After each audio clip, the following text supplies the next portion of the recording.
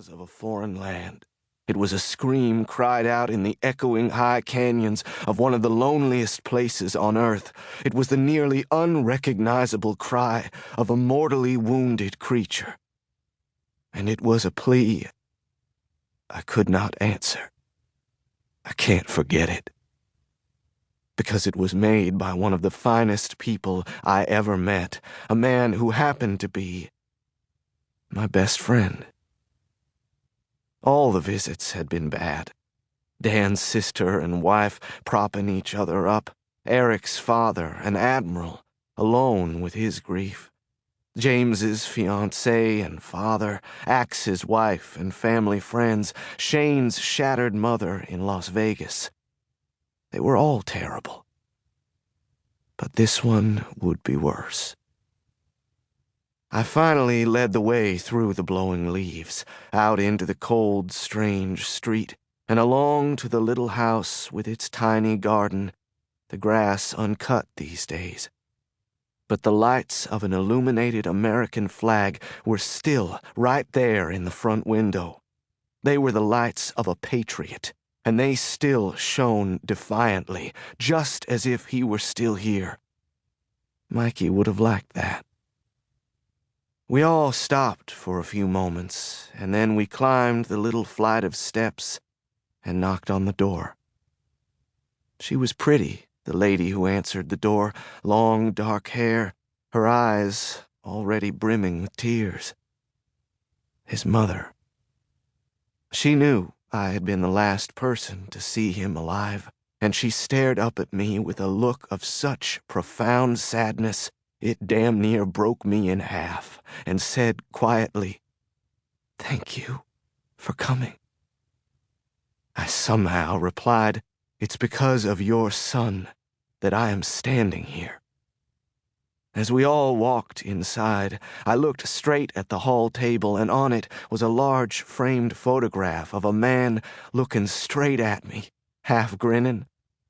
There was Mikey, all over again, and I could hear his mom saying, "He didn't suffer, did he? Please tell me he didn't suffer."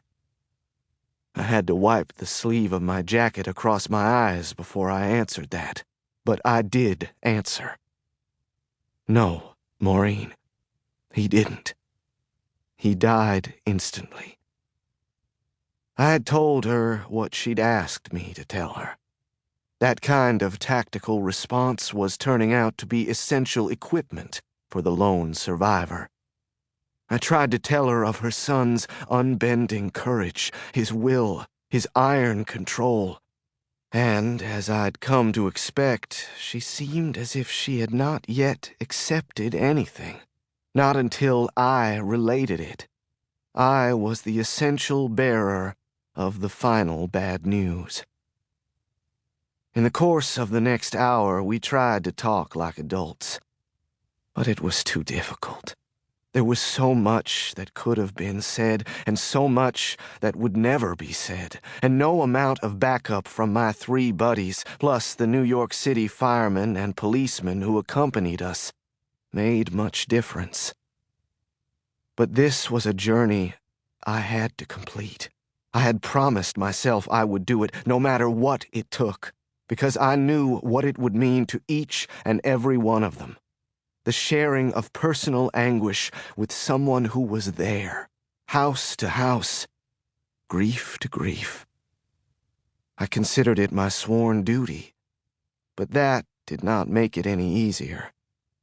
Maureen hugged us all as we left. I nodded formally to the photograph of my best friend, and we walked down that sad little path to the street. Tonight it would be just as bad, because we were going to see Heather, Mikey's fiancée, in her downtown New York City apartment. It wasn't fair. They would have been married by now, and the day after this I had to go to Arlington National Cemetery to visit the graves of 2 more absent friends. By any standards, it was an expensive, long, and melancholy journey across the United States of America, paid for by the organization for which I work. Like me,